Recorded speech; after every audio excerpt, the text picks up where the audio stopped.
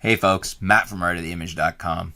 Just the other day we were discussing the value of f4 zooms, the newer f4 zooms. So I mean, if you look at the two main guns, we got the Nikon and Canon, and we've got Nikon's 24 to 120 f4 VR, Canon's 24 to 105 f4 L version 2, and then both companies have their own versions of the 70 to 200 f4.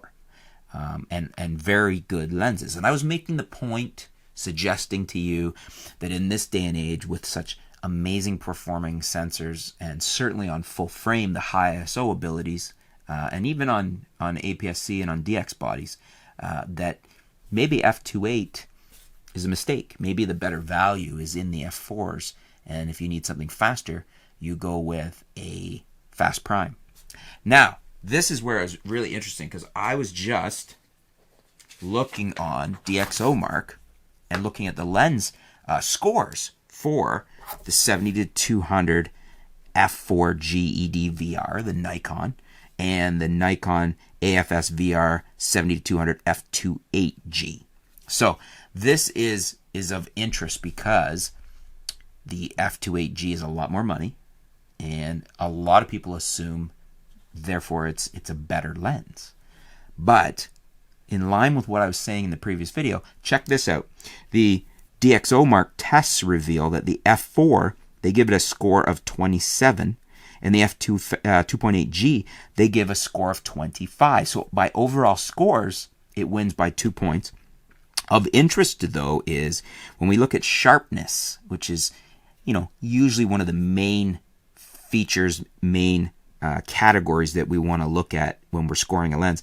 22 for the f4 and 16 for the 2.8. Now, this is very significant, as that's a wide margin, 22 to 16. We're not talking one wins by a hair. We're talking one wins for sharpness by a long shot. And this just goes to what I was saying, that I think the f4s are a better value. And not only that, they're lighter, they cost less, and performance-wise, on the Nikons here, sharper. So, what do you guys think? Does this mirror your experiences? Have you shot the f2.8 and the f4? Are you thinking DxOMark is off its rocker again? Or are you going, yeah, you know what? I've seen that. I haven't shot these two Nikons side by side, but I can tell you I've shot the Canon f4 versus the f2.8Ls, and I found this to be true with the Canons. But what do you guys think? Have you owned either of these lenses? Do you own both of them? Have you shot them both?